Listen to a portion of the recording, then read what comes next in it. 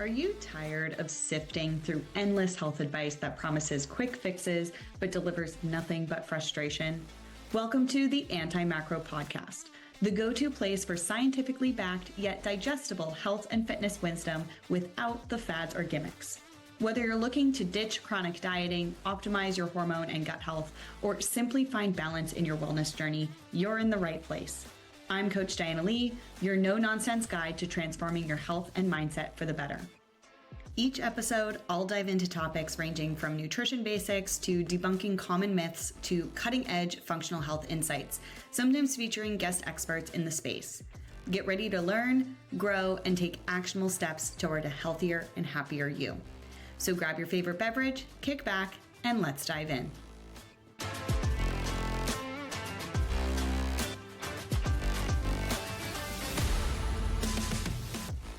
I am no longer anti-macro. I'm sure this is odd to hear on a podcast literally called the Anti-Macro Podcast, but I guess I'll have to deal with rebranding at some point. I want to share a little bit more about why I was anti-macro in the first place and how I got to a place where I'm back to not only utilizing macro tracking within my coaching, but also for myself. Let's dive in. First, I want to share a little bit of personal history and how I ended up anti-macro in the first place. Back when I was in high school, I downloaded a well-known app called MyFitnessPal. I weighed probably a whopping 105 pounds, and I input my goal into the app as probably wanting to lose something ridiculous like 10 pounds. And I began restricting calories just like that. What this illustrates is where my head was at when I even began getting into tracking my nutritional intake in the first place. I was thin, but for some reason in my head, I wasn't thin enough. I had severe body dysmorphia, and fitness and nutrition was used as a way for me to control my body. Tracking my intake wasn't the enemy at the time. How I was using it was. To be fair, I didn't stay all that consistent with tracking my food at that time in my life. Years went by, I went to college, I got into weightlifting and running, and then eventually post-grad, I got into CrossFit. Now, this is around 2015, so it's when CrossFit was arguably approaching its peak and gaining significant popularity. And anyone who was doing CrossFit was tracking their macros. The two just went hand in hand. When I got back into tracking my intake consistently, again, my intentions were to control my body. I was lean, I was muscular, and as much as I talked about growing my glutes, yes, even back then, I still approached my nutrition with a deficit. For me at that time, I didn't follow anyone on social media who preached things like fueling for performance and nourishing your body for health. I always saw tracking as a form of discipline. Anyone who took their fitness journey seriously was tracking their intake and oftentimes using the RP Strength dieting templates.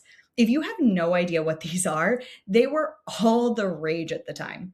You got this Excel spreadsheet with a strict list of foods that you could eat, and it timed your carbs to be eaten close to your workouts and fats away from your workouts. And then it would gradually pull you more and more into a deficit. Everyone around me was dieting, so that's what I thought I needed to do. Eventually, I took my interest in nutrition seriously. I started learning more about fueling my body as opposed to constantly dieting, and I realized that if I wanted to build muscle like I actually said I wanted to, then I needed to be in a calorie surplus. And now by this point, RP Strength had an app, not just the Excel spreadsheets. So I downloaded it and whipped out my food scale and got to tracking. The thing is, the app slowly increased your calories week over week, which is the correct thing to do because you don't want to just jump to surplus calories. But those first few weeks, I was hungry. Instead of trusting my body and eating more, I stuck to the calories that I was given. Again, I was back in a form of maintaining rigid control around my food and feeling fearful of stepping outside of that, even if my body's signals were telling me that something wasn't right. Then I had the fateful cashew incident story. If you've been around for a bit, I've talked about it on the podcast as well as in my social media content. But essentially what happened was I had weighed and measured my food out and plated it. I sat down to eat and Sean, my now husband, reached over and took a cashew off my plate and he ate it. I flipped out.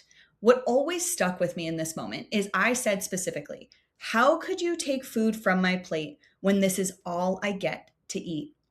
In the moment, I was furious. But eventually, after I had calmed down, I realized that I was the one that was in the wrong. Despite trying to use macros to eat more, I still felt very restricted and I had feelings of scarcity with my food. That had led me to react irrationally. And in the end, I put my food scale away and swore off macro tracking.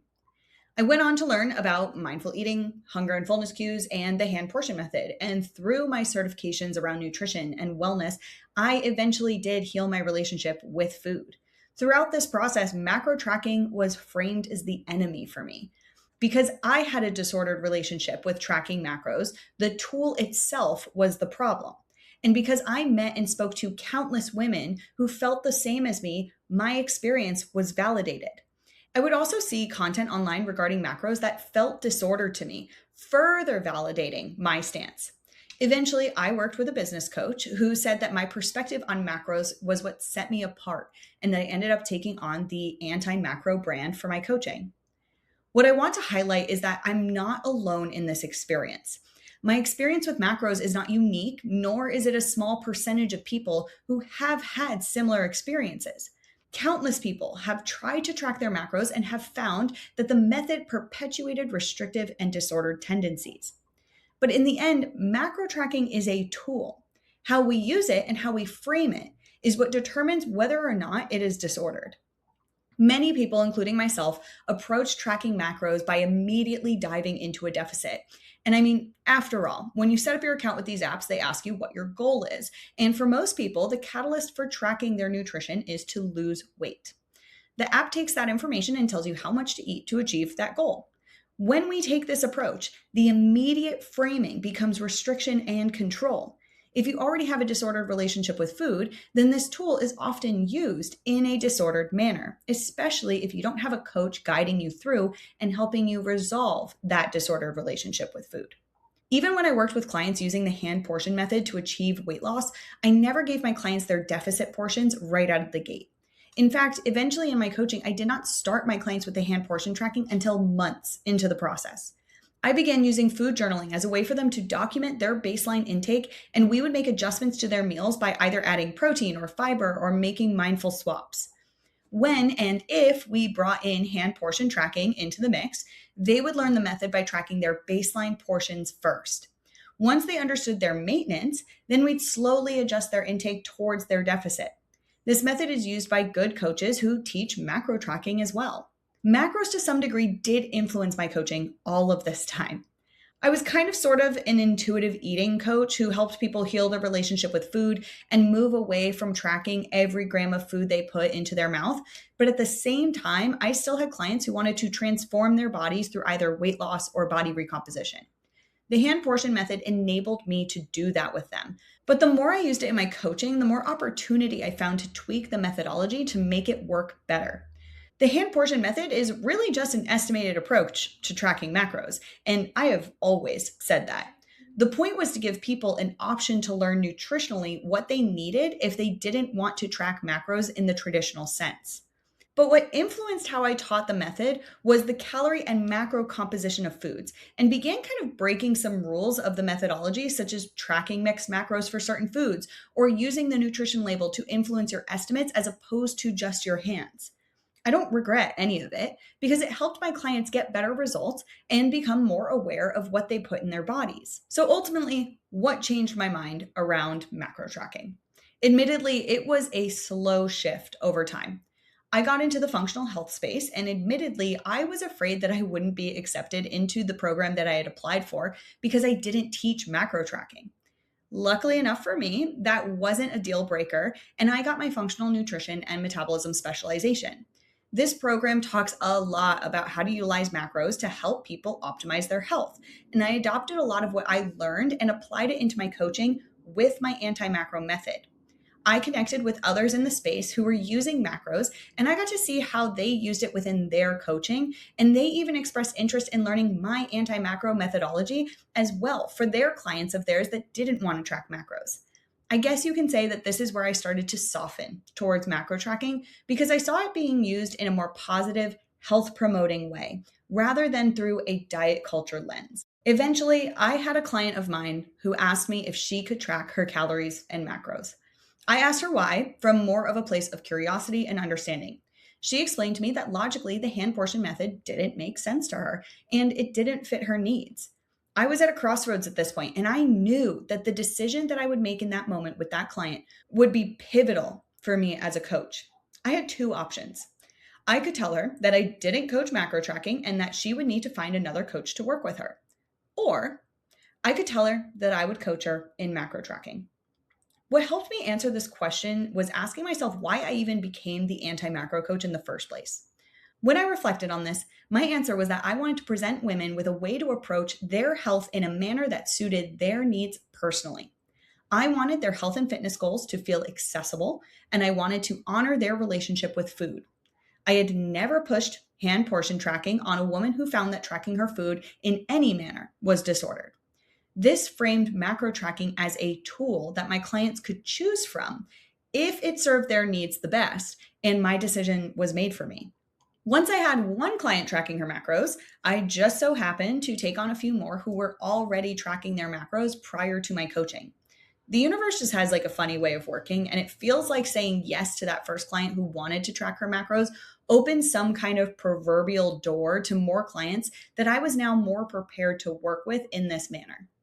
So now that I had multiple clients on my roster tracking their macros, I knew that I had to brush up on my own macro tracking skill because I was rusty. I knew I wouldn't be the best coach that I could be if I didn't experience macro tracking again, at least temporarily, so that way I could better teach and guide my clients. I know the math, I know the science, and I know how to implement it, but I needed to remind myself what it was like to execute it. That leads me to tracking my own macros again. And let me tell you, this time around has been eye-opening on so many levels. First off, I never expected to track my macros ever again. I for sure at one point thought that was something that I would never be able to do due to my history with disordered eating. But it's been at least 7 years, give or take, since I last tracked my macros, and I'm a very different person now. I have a significantly healthier mindset with food and my body, and my approach to my own health is not to shrink my body, but rather to optimize my health. And admittedly, I do still want to grow my legs and glutes. What fitness girl doesn't? I started by tracking what I was already eating, establishing my baseline understanding of my current diet. It's even been a really long time since I last tracked my hand portions, and I've been eating on a routine using my general knowledge and intuitive vibes for some time now. I've also been navigating a low histamine diet for my eczema, which changed my eating routine quite a bit. The data floored me. Turns out I was eating a lot of protein, like way more than I needed. I was hitting 150 to 160 grams a day of protein. For reference, I recommend eating about 0.8 to 1 gram per pound of body weight, and I typically sit around 118 to 120 pounds. I was also eating quite a bit of fats, mainly because at the beginning of my elimination diet, I was so hungry, so I compensated with fats to fill me. I've been using that data to rebalance my macro distribution to bring my protein and fats down and carbs up. I'm really excited to see how this shift makes me feel when I eventually get back into training at my full capacity, since I'm currently rehabbing my back again at this time. The other thing that I noticed is how different my mindset is when approaching macro tracking this time around. Rather than coming from a place of control, I'm coming from a place of curiosity. I'm exploring the changes that I can make using the data and paying attention to how I feel in response to the food, and then I'm adjusting accordingly. I've been using the intuition that I've built over the years and apply it rather than override it. Don't get me wrong, there are some of my old thought patterns that crop up from time to time, but the difference is that I don't let them take over. I acknowledge them and then I coach myself through them. I'm using a flexible approach to my macro tracking because quite honestly, that's the approach that I would want to use with my clients. I am weighing some of my food, others I'm measuring, and some I'm estimating. I'm approaching social outings and out-of-home situations by asking myself, how would I teach this to a client? I do have type A perfectionist tendencies, but I'm actively trying to not let those take over too much to prevent myself from getting back to my obsessive and controlling ways. So does this mean that all of my clients within my coaching will be tracking their macros? No. Macro tracking is simply an expansion of my offerings.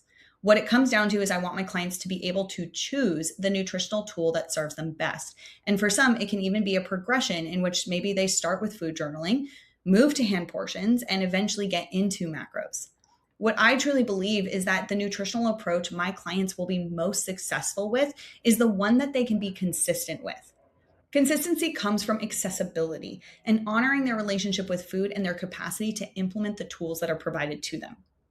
In the end, I think that we should all be open to changing our minds when we are presented with new information or when we've changed as people and can interpret existing information in a new light. I look back on a lot of the anti-macro content that I have made in the past and laugh because I would have never predicted that I would eventually come full circle back to macro tracking. But I love that this story also shows how I've healed as a person now that I'm able to revisit something that was previously disordered for me.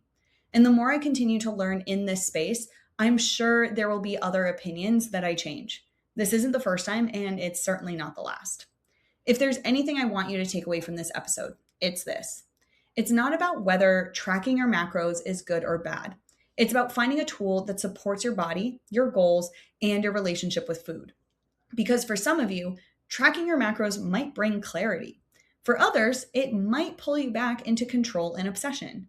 Neither of those makes you right or wrong. While macro tracking tends to be the most commonly used approach in the health and fitness space, other methodologies do exist too. The goal is to find the method that helps you build a way of eating that you understand, you can be consistent with, and that actually supports your health long term. As always, thanks for listening, and I will catch you next time.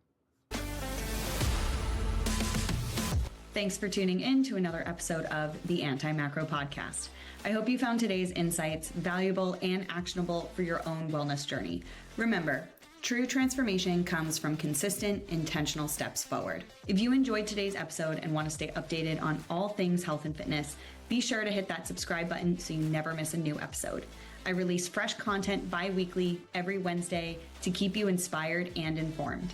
And hey, if you loved what you heard, I'd be thrilled if you could take a moment to share this podcast with a friend or family member who might benefit from it. By sharing it with others, you're helping them on their wellness journey too. Keep striving for progress, not perfection, and I'll catch you next time.